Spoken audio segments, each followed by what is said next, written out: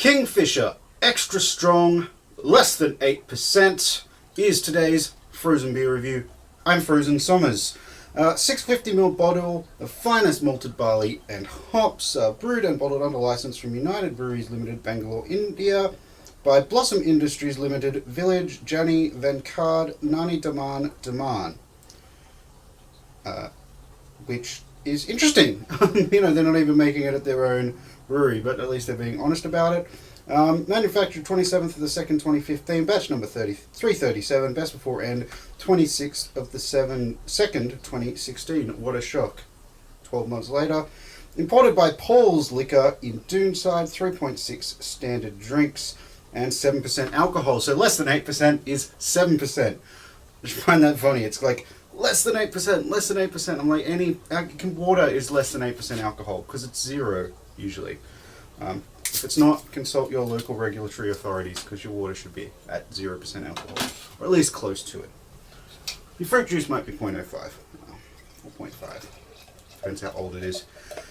So this is the super strength version of Kingfisher. Kingfisher you've probably seen, maybe not so much in bottle shops, but in pretty much every standard cheap Indian restaurant they have Kingfisher as one of the beers that they serve. It is macro lager, big fizzy yellow beer, but this is the extra strength fizzy yellow beer from, I'm guessing 5% up to 7%, maybe 4.5%. I didn't do my research because who cares? It's Kingfisher. We all know how this is going to go. Poured out, it definitely looks like fizzy yellow beer. It's got a really nice head. I'm going to give it that. It looks really good. Smallish bubbles. Not too egg whitey or anything. It just looks, so there probably isn't too many stabilizers and foam enhancers or anything. But, looks like beer. The smell is not much. There's definitely a sweetness to it. Sugary sweetness, not a malty sweetness. It's definitely an adjunct sweetness. I'm not sure what would be the best adjunct in India. I'm guessing rice, but I could be wrong. Could be corn, could be anything else. It's definitely got a sweetness, real sugary, like smelling, sugar, really.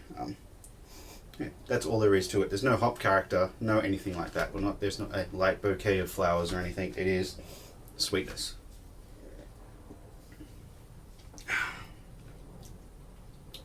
And the taste continues that. It's definitely sweet. It's simultaneously thin and thick. It's thin in that it's not really got much body, but it leaves behind on your tongue sort of like it's sticking to your tongue instead of drying out on your tongue. Like there's a little bit of residual sugar to it. Like whatever they add to boost up the alcohol, because I'm assuming this is just the regular Kingfisher. They just dump more sugar in or more rice in or more beet sugar or whatever it is they're using as an adjunct. And maybe it just adds a bit more of unfermentables. It leaves behind that.